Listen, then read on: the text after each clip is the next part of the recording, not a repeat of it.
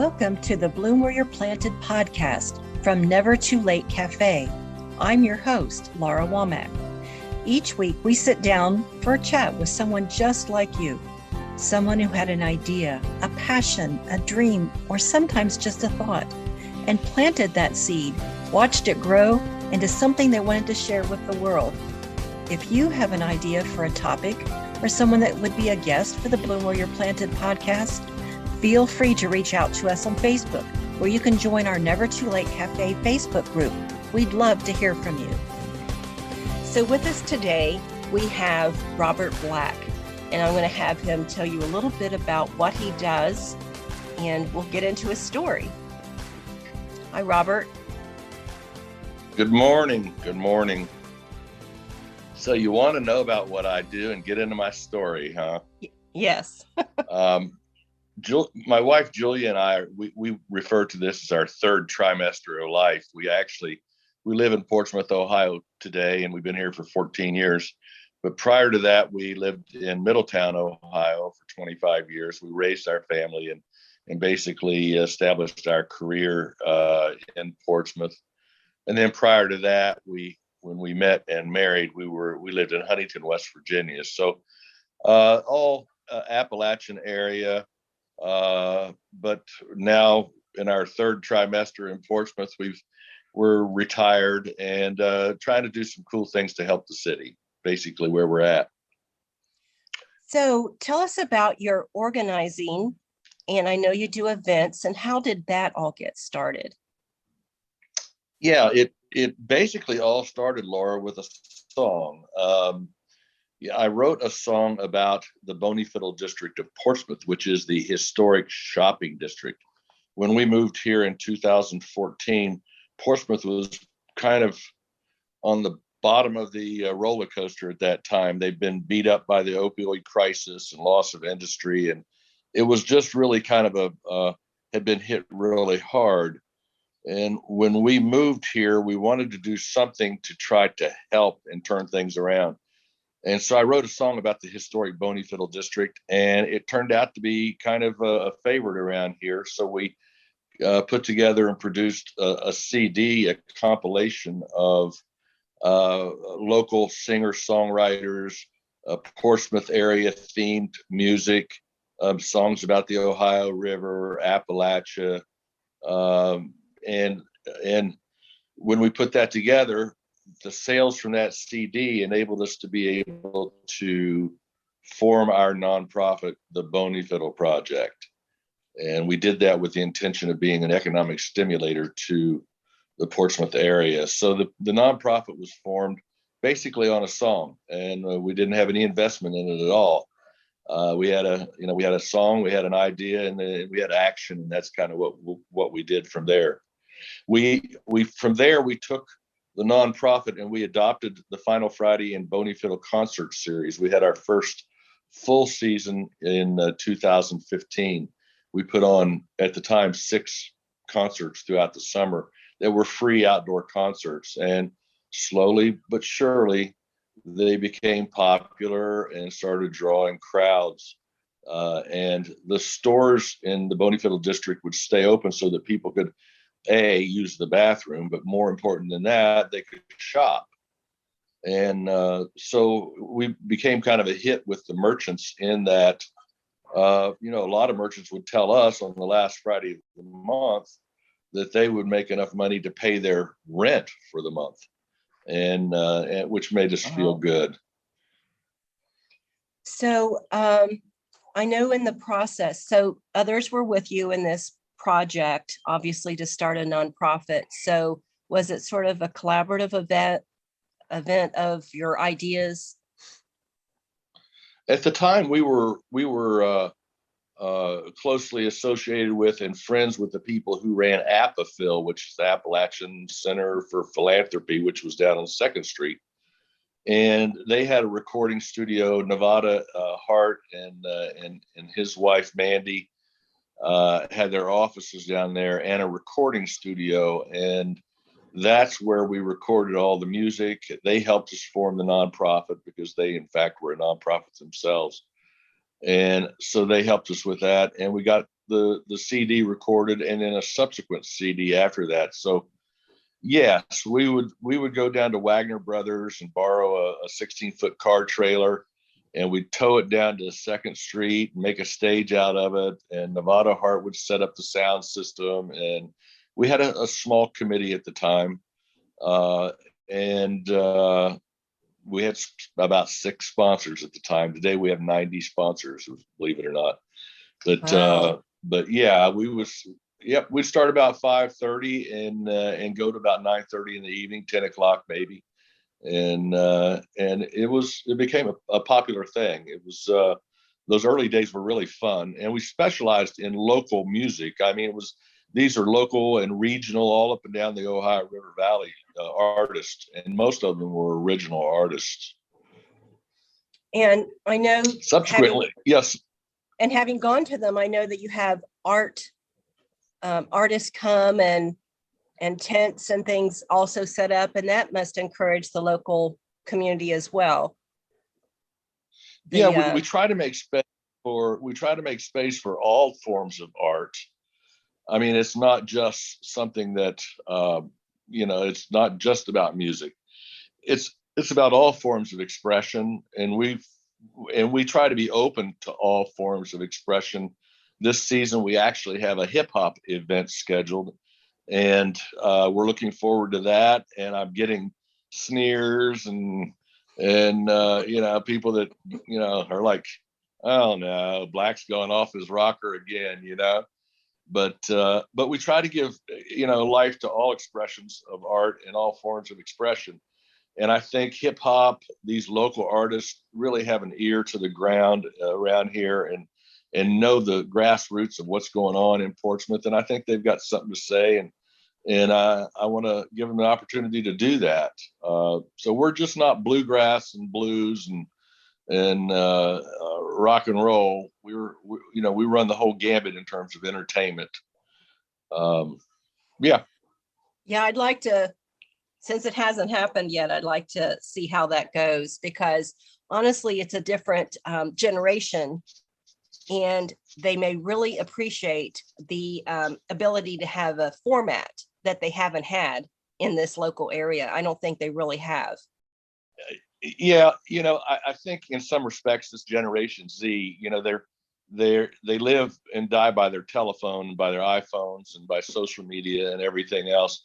And most of these hip hop artists get the opportunity to play, but it's usually in bars late at night. It's in those type of venues, and this is an outdoor, late afternoon event. Start at 5:30 and go to 9:30. So this is an opportunity for them to gather in a space that's different than they would ever be exposed to. And then it's also an opportunity for the people who attend to be exposed to a genre that they may never intentionally be exposed to. So we're looking forward to it. I think in a lot of ways we have to set an example for our young people these days that I think older people can have an impact on younger people, and that's what I'm trying to do.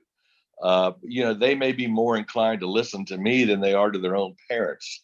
They may be more inclined to listen to my advice or follow my example than they are their own family. And I understand that. I had people like that who mentored me when I was young and taught me lessons that at the time I didn't even know I was learning, but they've served me all my life. And so these are things that I think we can pass on. We have an opportunity to pass them on, not just to the hip hop artists that are going to be playing at this concert, but to all the young people who are involved in what we do. So that's exciting news. It's all good. It's good. Yeah, it's good stuff. I spoke to the Rotary the other day, and I started out and kind of told them my least favorite thing to talk about is Final Fridays.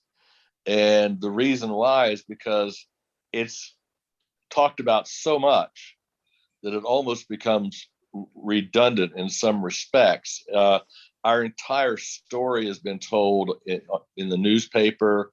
We're on the bonyfiddleproject.org, our website. The whole story is there.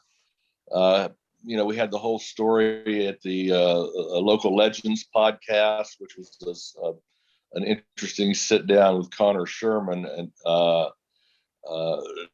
discussing Final Fridays. And it's just kind of, it's almost like someone who has a hit song, and every time they go to a concert, they're expected to play that hit song. And they kind of get a little bit, it gets routine for them, but it may not be routine for the audience. So I'm happy to discuss Final Fridays. But there are some other things I think in part of the questions that you asked that I've been thinking about quite a bit. And one is what advice do you give young people today, and in terms of what their goals and how to follow through on their ideas. And what I found out is, I see this on Facebook all the time, is a young person will have an idea and they'll go on Facebook and they'll go, if I did this, what, would you all participate in it? Would you be part of it? Do you think it would be successful? And invariably it never is. It's putting the cart before the horse. In other words, what they're saying is, if I put wood in the fire, will you give me heat? And what they have to realize is, you got to put wood in the fire. And you have an idea, you have to take action on that idea, and you have to make it successful.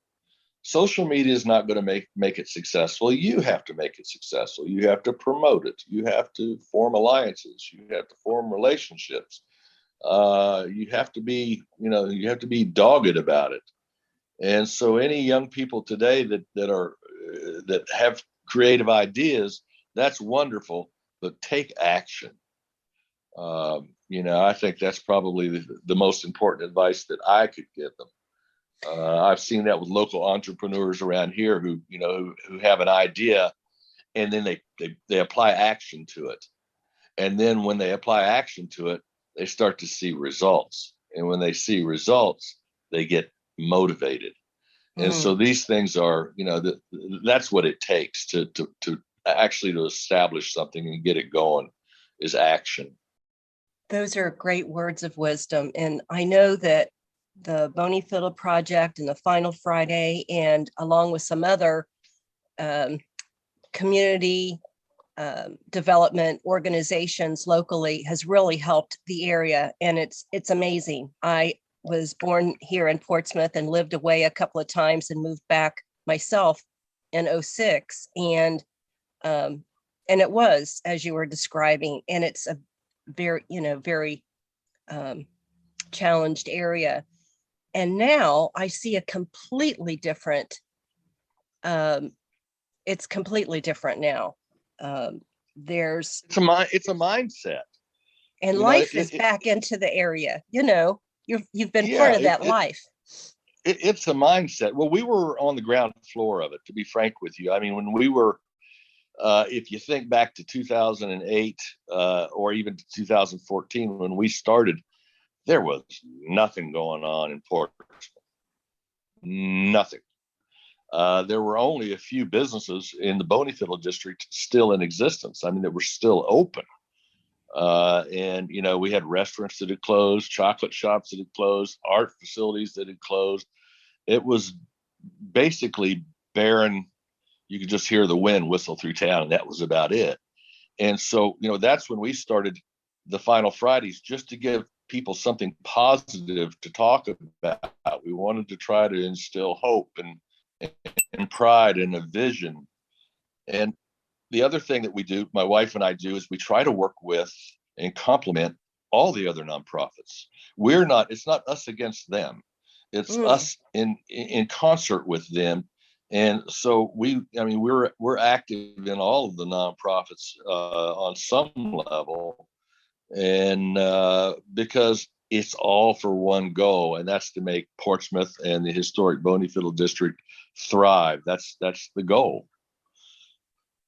Well, now you've created something that, at least during that time, people know what they can do on Friday night and have a good time. I'm just going to say that the most recent one that I attended, the Port Stock, that's my era. It's your era. It was so much fun, I have to say. That can you describe how that came about and the event itself? Yeah, I see you smiling. yeah. Several years back, Julie and I used to scout entertainment, and there was a little venue in Huntington, West Virginia, we would go to called the Porch Unplugged, and it was there that we met and became friends with the Sugar Beats. And the Sugar Beats are they were three gals and a drummer, a male drummer, and they were just so much fun. And they were hippies. And when the lead singer of the Sugar Beats got married, they had an event called Wedstock, and obviously it's a play on or on Woodstock. Mm-hmm. And so I thought, let's get these guys together and let's let them play at our concert. And let's call it Porch Stock, and let's have a hippie themed event, and let's tip the hat to the summer of peace and love. And that's kind of what we did. And I actually feel the vibe when I'm there. I feel like people are just, they're having a good time, and there's no friction. Everybody's open. The kids all had a good time. The adults had a good time. I think estimates were we had about 500 people there, give or take, throughout the course of the evening. And, we were blowing bubbles and wearing our beads and everything else. It was just cool. And it was good to see you there. Enjoyed seeing you there. I pulled out some bell bottoms. It was, yeah. My closet's hippie, so I just pulled something off the rack. And my drawers my drawers aren't that deep, but I do have some dashikis that I could wear. So. And you have a big grill where you have open barbecue and what was it, hot dogs, hamburgers, and you have a nice spread. We try to feed people. Yeah, we have a merch table and for our CDs and shirts and whatever other merchandise that we have. What we do is we try to theme our events. So we had Porch Stock. Our first event was Music in Motion, which incorporated exercise and music. It was a 2-3 day event. We have our next event is going to be Ladies Night, where we'll have all female leads. We'll have a blues concert, and we have a bluegrass concert coming up too. So we try to give, a little something to everybody, to touch all the bases as best as we can. Fortunately this year, and I'll just go ahead and throw it out there. Fortunately this year we were received an honor from the governor of Ohio for community development. Is the governor's award for community development and participation through the Ohio Arts Council, which is a high honor anytime you get an award like that. But what it's done is it's enabled us to kind of redouble our fundraising efforts, and we've been able to get a few grants that I think otherwise we might not have gotten. And so we're trying to step up our game in terms of the quality of entertainment. We still want local, original. We still want regional, 50 miles, but we also want to bring in national acts. And we have Chris Jones and the Night Drivers will be playing in August at our bluegrass event. It's called Bridge to Portsmouth. And he's got a clip on our website that's really cool, where he talks about his days when he lived in Portsmouth. I would really encourage, we just finished this website a month and a half ago, and I would encourage everybody to go to thebonyfiddleproject.org, and it's just got some really cool stuff on there. You can spend hours going through it. So there's public service announcement number 1 there. Tell me how music and the arts to help the area. Why did you choose music and the arts? Besides you writing a song, what made you think that, let's do these concerts? Because it was a big idea for our area. It was huge. And so what led to that? We were familiar with a lot of the artists here. We spent, some years when we first moved here getting to know the various bands and musicians and singers, songwriters. So we had a pretty good well of people that we've become familiar with. Early on, I realized that in order to get out of this funk that the town was in, and they were in a funk, in order to get out of this funk, that we needed to, that it was going to take a concerted effort through the arts. The arts are always pretty much the first rebound when there's a downturn. It's usually the arts that get people back and get them feeling, that sense of community. And it was going to be a mixture of the arts and the university. Shawnee State University here, I think, has a lot of positive things going on, and they weren't necessarily impacted by this downturn in the economy. They were kind of an entity within Portsmouth that wasn't impacted, and so we kind of drew on that. We drew on local artists here, and we started small. We knew that this thing was going to be, it was going to have to grow, and we're now 8 years into it, and we're still growing. We're still growing and still have ideas for the future, things that we want to do. But I think that, early on, what we would do during our concerts is we would give away the Bonyfiddle Beautification Award.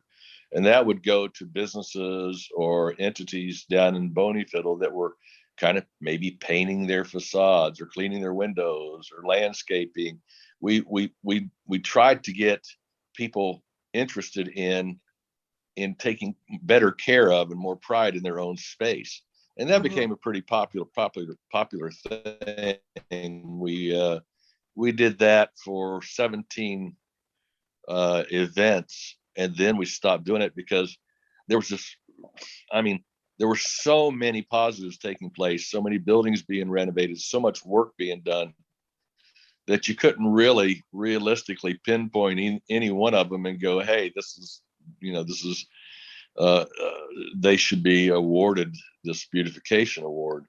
So we kind of quit giving it out just because of that. I mean, it's an interesting the renaissance that's been taking place in Portsmouth, and it's been a concerted effort on the city's part, the businesses' part, the nonprofits' part. They've all worked in concert with each other to try to turn this thing around that's been going on for past 20 years. And we're getting there. Now, your location is called Three Bridges. For someone that's not familiar with our part of the country, Ohio, Portsmouth is on the Ohio River, and your location. Yeah, we're about 120 miles upstream from Cincinnati. We're at the confluence of the Scioto River and the Ohio River, and the Scioto runs basically all the way up to Lake Erie. This was a major transport area and a major population for the Shawnee Nation back in the day. And also, back thousands of years, there are Indian tribes that have lived here and civilizations that have lived here. Well, we're right on the banks of the Ohio. We overlook the hills of Kentucky, and there are three bridges that are visible from our location. And so early on, we decided when we adopted this location that we would call it Three Bridges and brand it, because you can see two bridges that cross the Ohio River and then one bridge that crosses the Scioto River just right there standing at our location. And it makes for some beautiful photo ops when we take pictures of our mobile stage and the performers that are on it and the backdrop of the hills of Kentucky and the bridges. It's all really cool. And that's something you'll see on the website as well when you flip through the photo files. There's some really cool content on there. And the flood wall. It's a large open field. Yeah, there are two flood walls in Portsmouth. One is the one that borders our venue, and it was the original flood wall that was breached in 1937. As it turns out, that flood wall was 20 feet too short. Mm. So our venue at one point in 1937 was underwater by 20 feet. And then you can see the new flood wall, which basically girds the entire downtown area, and it's a 20-foot flood wall, and it's protected us all these years. And thank God it really hasn't come into play much, because now they're able to control the water levels in the river a lot better than they were back, 85 years ago. Mm. But yeah, there's a flood wall there that's just about 5 foot tall, if that, maybe 4.5 foot tall. And that's And all it significant just to lends being. kind of a little bit of history to it. Mm-hmm. That's all part of the Go ahead. local area. The local area there, we always talk about the flood wall. Yeah, there's murals on the flood wall that extend. Well, that's part of the Boneyfiddle song, the Boneyfiddle song I wrote. Says, they got murals on the wall, half a mile long, 20 foot tall. Really ain't no mystery. It's all about our history. And so it's kind of an interesting thing. That's part of what we wrote into that song, that musical tour of Portsmouth. And that's the number one day draw in Ohio. The people come from all over the state and frankly all over the world to look at these flood walls. Wow, These that's murals. amazing. And it is. There's one mural that is we have the oldest cycling club in the country, basically in Portsmouth, down near our venue.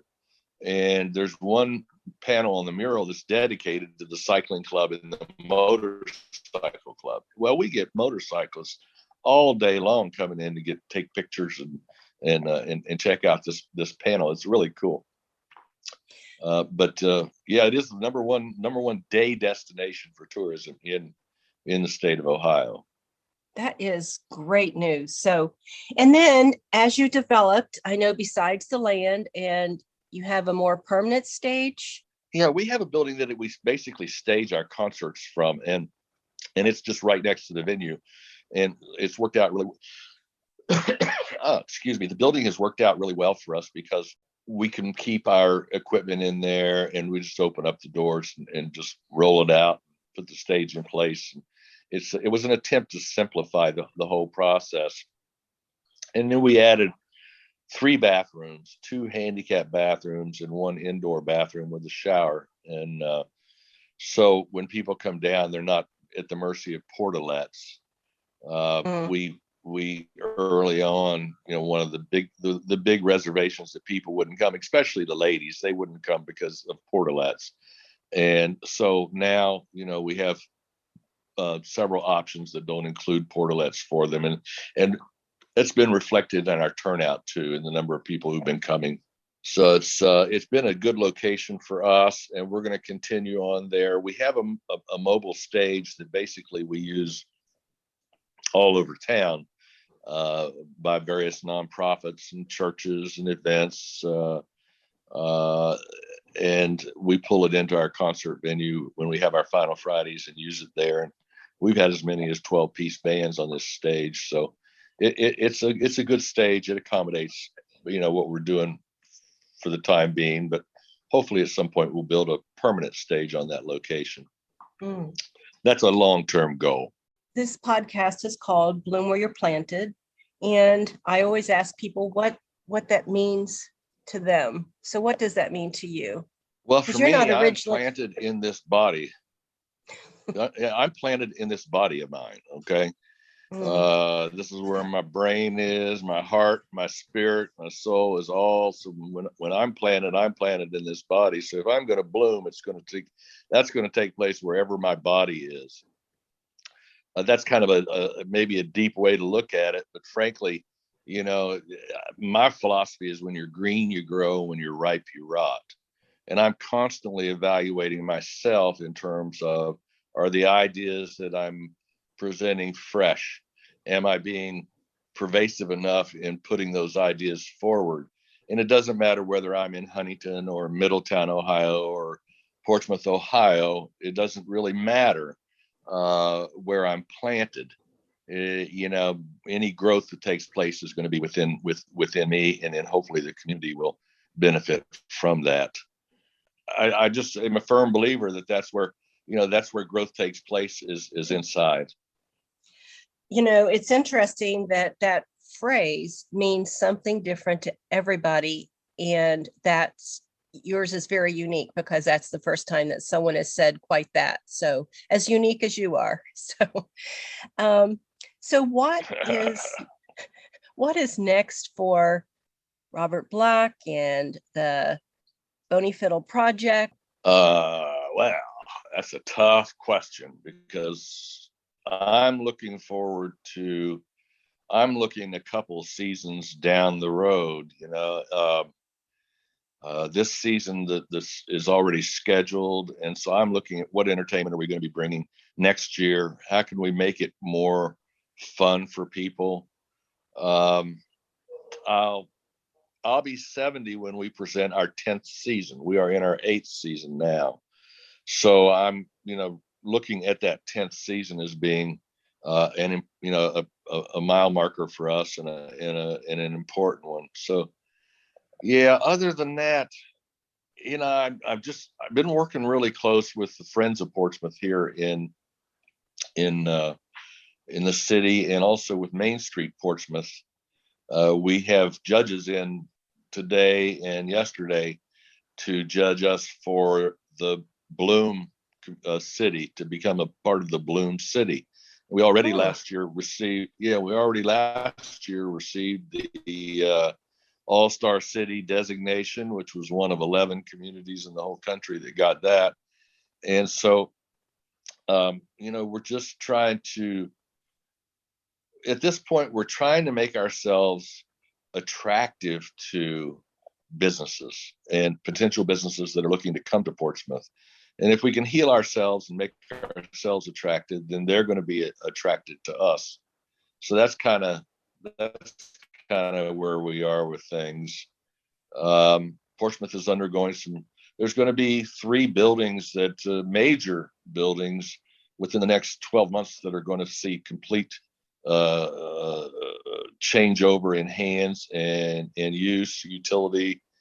There's already been 12 historic buildings that have been renovated, and I don't mean just remodeled, I mean renovated, made fit for the next 100 years. So the people are really investing some money in the future of Portsmouth, and I think that's all kind of stems from a spark that we kind of helped light 9 years ago. So it's good to see. It's heartwarming to see all these things happening. Exactly, because these buildings, for people that don't know, they're very old and they have challenging structures, and they're not the typical remodel. They need to be stabilized, and so it's definitely an investment to have to do that. You're exactly right. To make them have longevity. Yeah, they sat underwater. They sat with 20 feet of water in them for more than a week back in 1937. I mean, structurally, what's that do to a building? And even more than that, when those waters went down, if you look at the old 16 millimeter videos back in the day when the flood was taking place, and people were up on their roofs, or they migrated out to the hills, and the resilience that it took to be able to clean this town up afterwards and rebuild and restore this town. It's the same thing that we're doing today. We're trying to be resilient. We're trying to rebuild our town in the wake of basically, tremendous adversity. And so we still have that resilience that our forefathers showed 85 years ago. And we just need to dig deep down and find and use it. And that's what we've been doing. And there's many stories that have come out of Portsmouth of late about what's been accomplished, and which is a whole another show in itself. But yeah, the people here are strong, and we'll turn this city into a great city again before too long. John Lawrence that did a video on the flood wall, beyond these walls, and also about the 37 flood, So it's funny that we would pop onto that because that's very significant to this area. It took a lot then, like you said, and it takes a lot now. And it's very good to see someone that really has adopted the city that wasn't their own and to bloom. So, well, I really appreciate that you've come on today, and on down the road as things progress, I hope you'll consider coming back on and sharing more with us as new developments come. And I definitely appreciate you for joining us today. Thanks for inviting me. Thanks so much. Bye-bye. Get now. well, get better. Thank you. Bye-bye.